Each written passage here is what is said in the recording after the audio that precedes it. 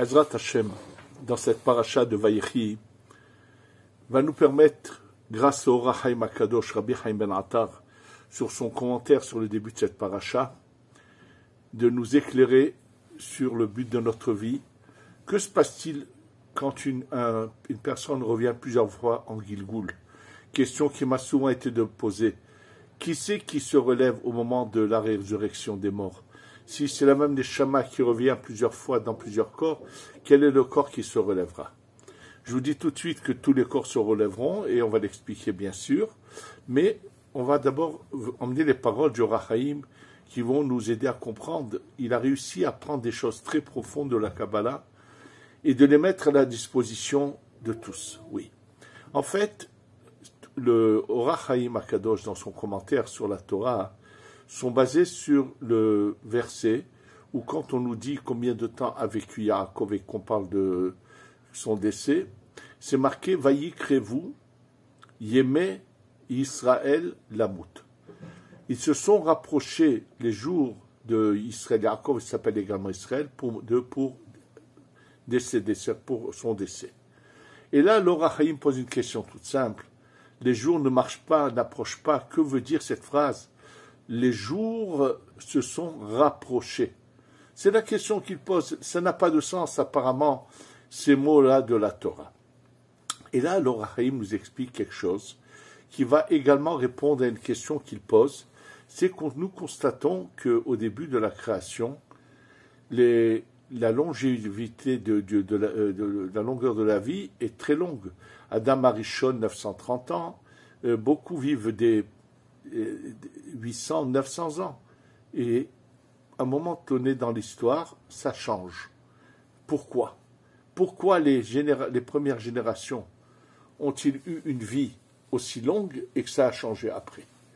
Tout ça va être expliqué grâce aux paroles du Or HaChaim HaKadosh. Pour comprendre ce que le Or HaChaim nous explique, et il ramène bien sûr les paroles du Harizal.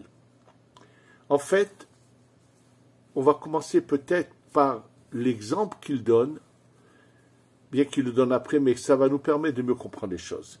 L'exemple qu'il donne est le suivant. Un roi qui a des employés qui vont creuser dans les régions où, dans la terre, dans la roche, on trouve des diamants. Et les diamants, nous savons qu'une fois qu'on les sort, il y a un travail à faire sur les diamants, les nettoyer, les tailler, les embellir, pour que le diamant il ait toute sa valeur, toute sa beauté. C'est-à-dire le diamant à l'état brut, et ensuite il est travaillé. Et là, l'exemple qu'il donne est d'un roi qui rassemble les gens, leur prend ces diamants-là, qui sont à l'état brut, et il leur dit, voilà, je vais vous donner ces diamants qui sont à l'état brut, vous allez travailler dessus, les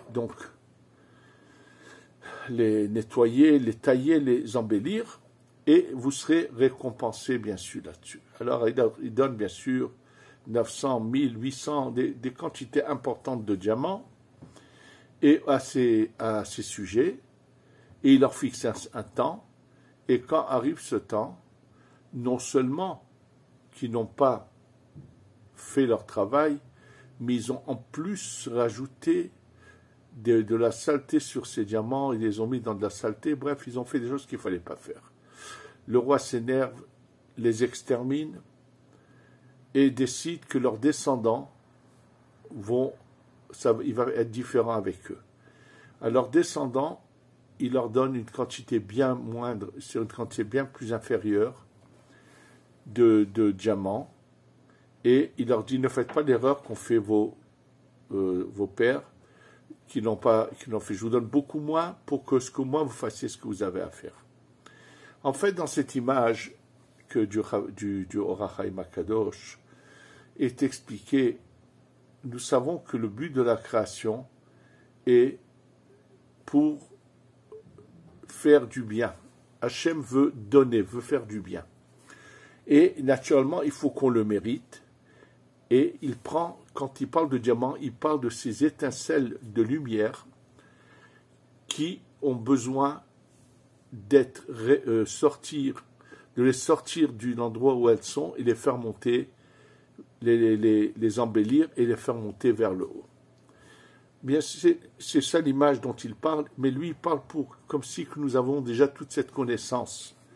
Et en fait, pour comprendre les paroles du Or HaChaim HaKadosh, il faut connaître ces bases qui sont développées en long et en large dans les écrits du Harizal. La création est faite d'une manière où il va y avoir des étincelles qui vont tomber dans des emplacements qu'on appelle la clipa, le mal, et qu'il va falloir ensuite les sortir de là. Et ces étincelles, en fait, c'est les corps de ces lumières, parce que dès le départ, dans le système de la création, il y a des corps spirituels dans lesquels il y a des étincelles de lumière, et qu'il va falloir que tout ça est prévu pour qu'il y ait récompense ou punition, Sachar et Anesh. Et là, tout le système est mis en place de manière à ce qu'il y ait une brisure, que des parcelles donc d'enveloppes de lumière avec des brins de lumière tombent dans les endroits qui ne sont pas bons, pour qu'ensuite le travail est donné à l'homme de réparer ou pas. C'est pas que il a créé des choses pour les détruire, pas du tout, mais ça aussi on va l'expliquer dans ce cours. En tous les cas, il dit chaque âme qui vient dans ce monde a un nombre de parcelles de lumière. Et à travers les paroles du Or HaChaim HaKadosh, il va expliquer pourquoi dans le système que Hachem, Dieu, a fait, l'homme a besoin de dormir. Pourquoi aurait-il pas fait quelque chose où il n'y a pas de sommeil, où on serait constamment réveillé à agir? En quoi était-il nécessaire qu'il y ait tous les jours ce moment de la nuit où il faut dormir? Absolument, c'est impératif. Et là, il nous l'explique comme ça. Il dit, quelqu'un qui vit environ 70 ans, il dit c'est approximativement 25 000 jours. Il a fait les comptes, je vous dis ce qu'il écrit dans son livre. Et il dit chaque jour, c'est une parcelle. C'est-à-dire que les 25 000 jours, c'est comme si on a pris de cette âme 25 000 parcelles qu'on donne à la personne. Et tous les jours, il faut réparer une parcelle, donc une journée. Une fois qu'on a réparé cette parcelle de lumière, le sommeil, comme il le ramène, est comparé à un peu la mort, parce que notre âme va sortir avec cette parcelle de lumière. Cette parcelle de lumière va monter vers le haut, et si elle a été réparée, ça y est, elle est à sa place, rien ne peut se passer. C'est-à-dire que la personne ne risque pas d'abîmer de nouveau cette parcelle.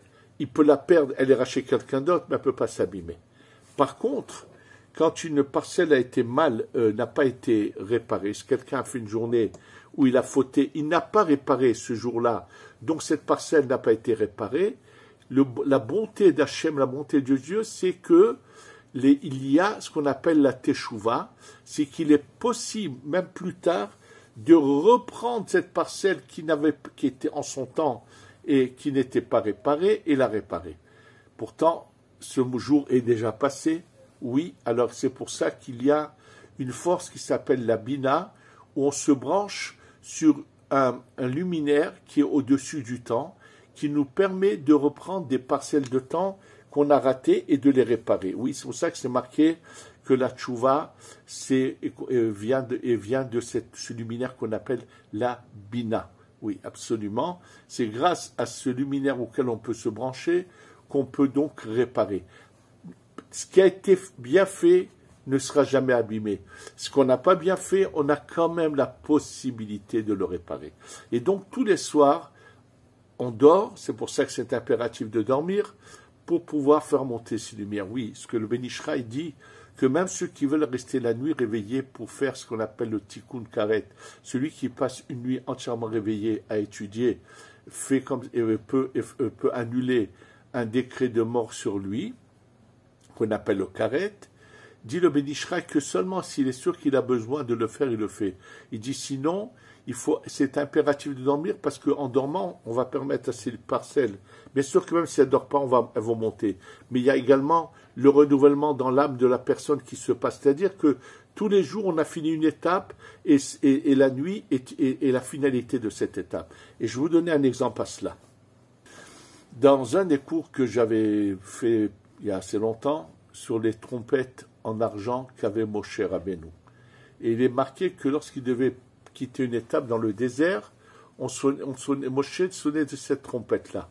Et apparemment, il y aurait pu y avoir tellement d'autres possibilités, comment a été faite cette trompette en un seul bloc et tout. En fait, là-bas, ce que j'ai expliqué dans ce cours, c'est que chaque étape dans le désert était de récupérer des parcelles de lumière avant de rentrer en Eretz Israël. Une fois qu'ils avaient fait ce qu'ils avaient fait, toutes les mitzvot, les faits positifs qu'ils avaient fait pendant cette période-là, ils avaient donc rassemblé des parcelles de lumière et grâce à cette trompette de Moshe Rabbeinu qui faisait monter ce son et faisait monter toutes ces parcelles vers le haut. Donc on a une image semblable à cela de faire monter ces parcelles de lumière. Ce que nous explique donc le Or HaChaim HaKadosh, c'est que au départ de la création, donc, je reviens d'abord sur autre chose.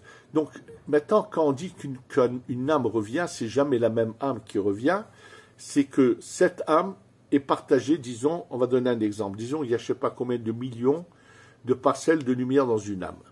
Quand quelqu'un agit bien toute sa vie et qu'il réussit, il peut donc réparer, même s'il vit que 25 000 jours, il a la possibilité de réparer beaucoup plus que cela. Et donc, cette âme n'a plus besoin de revenir. Lorsque lui n'a pas fait ce qu'il fallait, n'a pas fait au-delà, n'a fait que sa part, où il a fait des choses qu'il n'a pas réussi à faire, donc il manque des réparations à cette âme. Donc, ce qu'on lui a attribué à lui, il sera là-dessus jugé, il aura ce qui se passera. Donc, comme il manque encore des parcelles à réparer, elles vont revenir en réincarnation. Ça s'appelle, c'est comme si que lui revenait, mais en fait, c'est d'autres parcelles de lumière qui reviennent. Et donc, c'est évident que tous les corps se relèvent. Le seul problème est que se passe-t-il quand quelqu'un a tellement fait de mal qu'il fait partie de ces âmes, c'est rarissime, mais il y en a qui vont finalement être anéanties, brûlées, et elle devient, comme les termes de la Gemara, descendre sous les pieds des tzadikim. Et là, le Zohar dit que dans ce cas, le corps va quand même se relever, et là, il va y avoir des âmes créées par des tzadikim qui vont permettre à ce corps de se relever avec une âme qui finalement aura été faite grâce à des tzadikim, qui grâce à eux, il va y avoir, ce corps va pouvoir également se relever. C'est-à-dire qu'il n'y a aucun corps qui ne se relève pas, et quand c'est marqué qu'il y en a qui ne se relèvent pas à la résurrection des morts, il s'agit de ces âmes qui auront fait des choses graves, comme quelque chose qui est terrible et qu'il faudrait tellement publier autour de nous. Il y a des gens qui prêtent avec intérêt et il se trouve des excuses parce qu'il est mentionné, c'est vrai, qu'une possibilité dans la Gemara, cette possibilité qu'on appelle le Heter Iska, c'est quand quelqu'un doit faire du commerce et que je lui prête de l'argent qu'il veut investir, je peux lui dire, regarde, c'est pas un prêt, c'est comme un investissement. Et dans ce cas, il faut le savoir, c'est pas d'emblée que je peux recevoir les intérêts. S'il peut prouver qu'il n'a pas gagné d'argent, qu'il en a perdu, dans ce cas-là, il me rendra la somme que je lui ai prêtée et sans intérêt. Mais ce que font beaucoup de gens, malheureusement, prêtent avec intérêt, sachez que ce n'est pas une bonne chose, puisqu'il est marqué que celui qui prête avec intérêt ne se relève pas au moment de la résurrection des morts. Oui, c'est terrible, c'est très grave, il faut le savoir et éviter ce genre de choses. En tous les cas, donc tous les corps se relèvent quoi qu'il en soit. C'est ça ce que ça veut dire. Maintenant, on va revenir à la question qu'a posée l'Or HaChaim HaKadosh. Comment se fait-il que les premières générations? Il faut savoir que les premières générations n'étaient pas seulement en quantité plus grande que nous, mais c'est également en qualité. Eux avaient à réparer un niveau qui est très haut. En fait, dans les paroles du Harizal, dans plusieurs endroits, ce sujet est abordé. Mais il le dit d'une manière tellement en quelques mots que c'est pratiquement presque impossible à comprendre si on ne connaît pas le sens profond des choses. Il y a différents niveaux dans le monde de la Hatzilut. Comment le monde est-il géré? De quelle manière est-il géré, le monde? C'est-à-dire que la lumière infinie se revêtit dans des niveaux qui gèrent le monde. Et pour mieux comprendre cela, je voudrais vous faire remarquer qu'il y a une phrase qu'on nous récitons tous les Shabbats, tous les Shabbats matins dans la prière de Shacharit. Et bien sûr, ceux qui n'étudient pas cette partie de la Torah qui sont les écrits du Harizal, et même combien dans le monde, combien sont capables de comprendre une phrase que nous récitons tous les Shabbats. Je vais vous dire tout de suite cette phrase. La'el asher shavat mikol ha'ma'asim. Ce Dieu qui s'est reposé de toutes ses actions. Ou bayom ha'shevi'i, et le 7e jour, nit'ala, il s'est élevé, veyashav al kise kevodo, il s'est installé sur son trône d'honneur. Comment peut-on lire une telle phrase? Dieu n'a pas d'emplacement. Dieu ne monte pas d'un endroit à l'autre. Quand on lit cette phrase, ça voudrait dire que Dieu était quelque part toute la semaine, et puis Shabbat, il monte plus haut. Comment, un instant, on peut lire une telle phrase?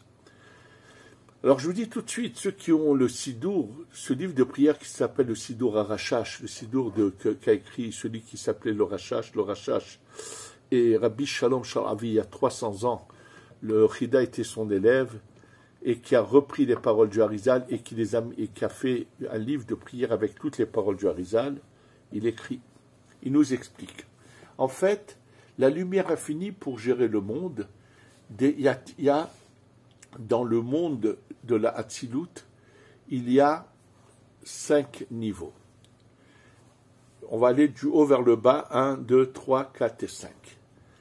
Le niveau 5 représente ce qu'on appelle la Malchut, c'est la rigueur, donc ce n'est pas ce qui est choisi d'emblée pour nous gérer, pour pas qu'on subisse les rigueurs d'Hachem. C'est une bonté de Dieu, c'est ça ce qui signifie cette discussion du soleil et de la lune dans le traité de Choulin fait allusion à cela. C'est le niveau 4, donc du haut vers le bas, c'est le niveau 4 qui nous gère. La lumière infinie passe par le niveau 4 du monde de la Hatzilut, et ce niveau 4 qu'on appelle Za de Hatzilut, Tiferet de Hatzilut, je vous donne un nom mais juste pour vous que vous ayez une idée, ce niveau 4 va descendre du monde de la Hatzilut, se revêtir dans les mondes qui sont aussi du haut vers le bas, 1, 2, 3, 4, va descendre dans le numéro 3, ça veut dire du haut vers le bas, ça serait le numéro 3, ce qu'on appelle le monde de la Yetzira, et de là-bas donc, ce niveau du 4 de la Hatzilut, qui descend se revêtir dans le 3, dans le monde de la Yetzira, de là, la lumière nous gère, c'est-à-dire que le vêtement est une formule de gérance qui soit adaptée à nous et bonne pour nous. Et le Shabbat, ça se passe différemment. La lumière de la Hatzilut ne descend pas si bas, elle descend au numéro 2, qu'on appelle le monde de la prière, qui est appelé le monde du trône. Et c'est ça ce qui est marqué, que le Shabbat, Akadosh Baruch Hu, la lumière infinie, qui se revêtit dans un niveau plus haut, c'est ça que ça veut dire qu'elle montre que la gérance se fait différemment. C'est-à-dire si on était capable, on verrait le ciel briller différemment le Shabbat, comme l'histoire que je vais vous raconter. Dans le Rabbi Israël de Rougine, qui est un des grands de sa génération du monde chassidique, qui avait une grande âme, et lorsqu'il était jeune, et que celui qui lui a enseigné la Torah, lui a enseigné ce passage de la Gemara de quelqu'un qui va en chemin et qui a perdu la notion du temps. Il ne sait plus quand est-ce que c'est Shabbat, qu'est-ce qu'il doit faire, comment il doit faire les choses, puisqu'il risque de transgresser le Shabbat. Et la Gemara trouve des solutions, comment il va devoir vivre, tout jusqu'au moment où il arrivera dans un lieu, et il saura il retrouvera la notion du temps. Et là, quand il enseigne ça, le Rabbi Israël Meroujim dit, mais je ne comprends pas comment il peut perdre la notion du temps, de ne pas savoir quand est-ce que c'est Shabbat. Alors le Rav essaie de lui expliquer, il a dormi, il s'est réveillé. Il dit, mais c'est impossible, on ne peut pas se tromper. Le Shabbat, le ciel a une couleur différente, il brille différemment. C'est-à-dire que lui voyait quelque chose dans la réalité. C'est-à-dire que le Shabbat, il y a une lumière plus élevée qui se répand. Lui était capable de l'apercevoir déjà dès son jeune âge. Donc, pourquoi je vous parle de tout ça? C'est pour vous dire que nous réparons actuellement, dans les lumières que nous devons réparer, qui sont perdues dans les mondes inférieurs, elles appartiennent au numéro 4 et 5 de la Hatzilut. C'est ça ce que nous réparons. Il faut savoir que ces générations qui étaient antérieures, donc depuis Adam Arishon jusqu'au déluge, elles devaient réparer le numéro 1, bien sûr le niveau le plus haut. Et donc ce n'était pas seulement en quantité, en qualité. C'est-à-dire qu'ils avaient une vie totalement différente de la nôtre. C'est marqué comment la culture était différente. Chaque grain de blé était quelque chose d'énorme et qui leur servait pendant 20 ans. Bref, c'était toute une vie, mais c'était trop haut, trop dur pour eux. Ils n'ont pas réussi à réparer. Donc, ils se sont retrouvés dans une situation du monde, du Tohu, où on n'a pas su réparer. Il y avait une réparation verte qui n'a pas été faite. Et c'est pour ça qu'ils ont été tous anéantis et que le niveau a changé. Et ça vous explique quelque chose de tellement évident et simple. Lorsqu'on annonce à Abraham qu'il va avoir un enfant, Sarah est surprise comment son mari a 100 ans et elle a 90 ans vont avoir des enfants. Mais quelle est sa surprise? Eux ont vu le fils de Noach, Shem, ils l'ont vu, ils l'ont parlé, et or Noach, ses enfants, il les a eus à l'âge de 500 ans. Toutes les générations ont eu des enfants après être centenaires. Donc quel est le problème de Sarah lorsqu'on annonce une nouvelle, la nouvelle d'une naissance, que Abraham, qui est centenaire, va avoir un enfant, et elle qui a 90 ans. Mais ça s'est passé dans l'histoire. Bien sûr, Sarah le sait, mais Sarah sait que depuis le déluge, tout a basculé, tout a changé. Il y a eu une chute, donc on n'est plus du tout dans cette qualité de spiritualité qui permettait aux gens, même à des âges avancés, d'avoir des enfants. En tous les cas, ce qu'on retient de tout cela, c'est que toute la vie, chaque jour, est une entité qu'il ne faut pas perdre. Il n'y a pas un jour qu'on peut sacrifier et faire ce qu'on a envie. Et donc, en fait, tous les jours de semaine, on fait une réparation précise, et leur complément, c'est le Shabbat de fin de semaine, qui va faire que tout ce que nous avons fait pendant la semaine va s'élever à un niveau encore plus haut, et on passe à l'étape suivante. C'est ça tout. Maintenant, autre chose de très important, qui va nous aider peut-être à comprendre la situation actuelle.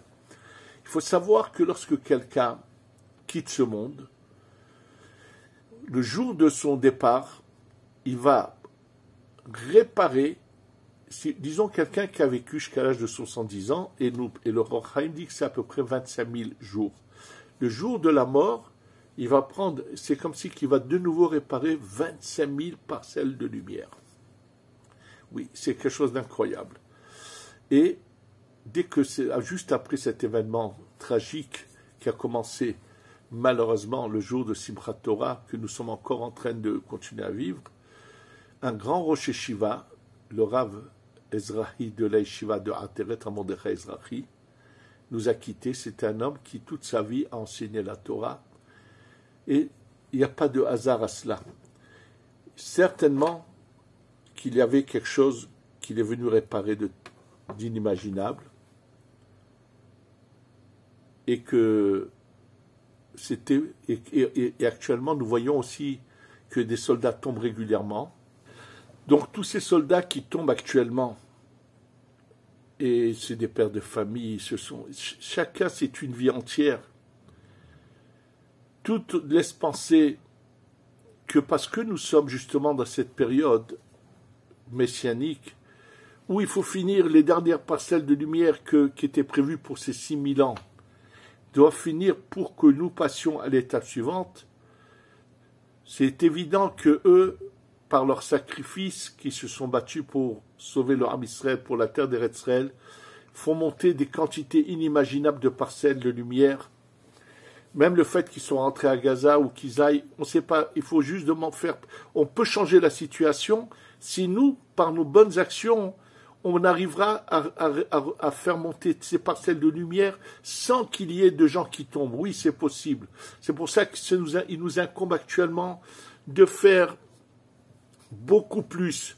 Je vous ai dit au début de ce cours que quelqu'un peut, même que lui vit, disons, 30 000 jours, 25 000 jours, je ne sais pas, selon le nombre d'années qu'il vit, il pourrait quand même réparer des millions de parcelles de lumière, parce que il y a la quantité de chaque jour qu'il faut réparer, mais celui qui fait au-delà de ses obligations, dans cette journée-là, il va faire des parcelles qui ne lui sont pas imposées, mais il peut les réparer. Donc, en fait, il peut faire des choses qui dépassent la limite. C'est pour ça qu'on voit que les tzadikim qui ont fait beaucoup plus que ce qu'ils auraient dû faire, et ils ont fait avancer les choses.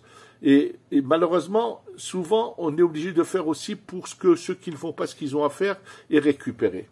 La seule chose qui reste encore à expliquer, à comprendre, je vous ai dit que c'est des parcelles qui viennent dans chaque corps et qui revient et ainsi de suite. Le problème qui se pose, c'est que quelqu'un quitte ce monde et il était marié.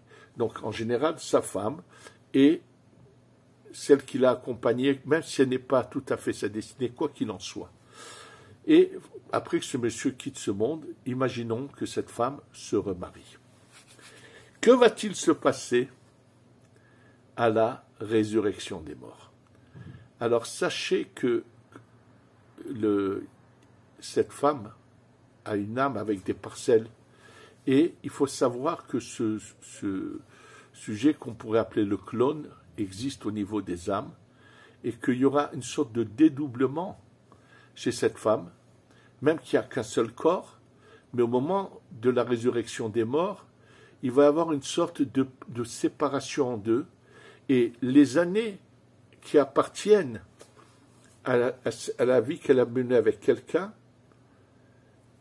donc c'est un corps avec ces années-là, avec cette parcelle d'âme, et il y aura une sorte de clone qui viendra avec le deuxième.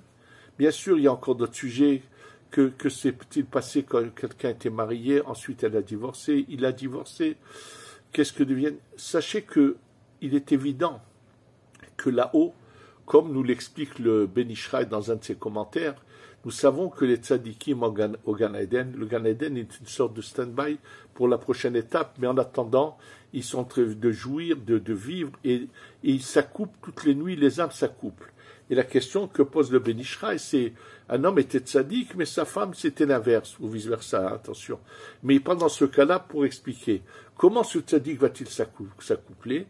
Il dit attention, cette femme qui n'était pas bien, elle n'avait qu'une toute petite partie de cette source d'âme, donc que le nefesh par exemple, mais tout le reste n'a pas été touché puisque ce n'est pas venu en elle, et cette source qui est là-haut, elle existante, et c'est grâce, et ce tzaddik qui a bien agi, a également réparé cette partie supérieure, et c'est ça son accouplement là-haut, c'est donc il a finalement une épouse que quelque part il s'est construit lui-même, et que celle qu'il avait dans ce monde qui n'a pas bien agi, on ne connaît pas son sort, mais juste qu'on se fasse une idée selon cette base, où ce sont des parcelles de lumière, ça explique beaucoup de choses, et ça nous éclaire sur beaucoup de choses. Maintenant, ce qu'on doit faire, ce qui nous reste à tous à faire, c'est d'essayer de chacun de faire plus que ce qu'il a l'obligation de faire. On pourrait éviter la mort de ces soldats. On pourrait faire que tout d'un coup, tous nos ennemis soient anéantis et que la Géoula vienne tout de suite. Qu'Hachem nous délivre avec la prochaine étape, le Beit Hamikdash qui descend, qu'on voie le Mashiach et qu'on ait cette période transitoire très vite pour passer à l'étape suivante qui nous attend, Be'ezrat Hashem, Beniske le Géoula Shlema, Im Binyan Bet Mikdash Amen ve Amen.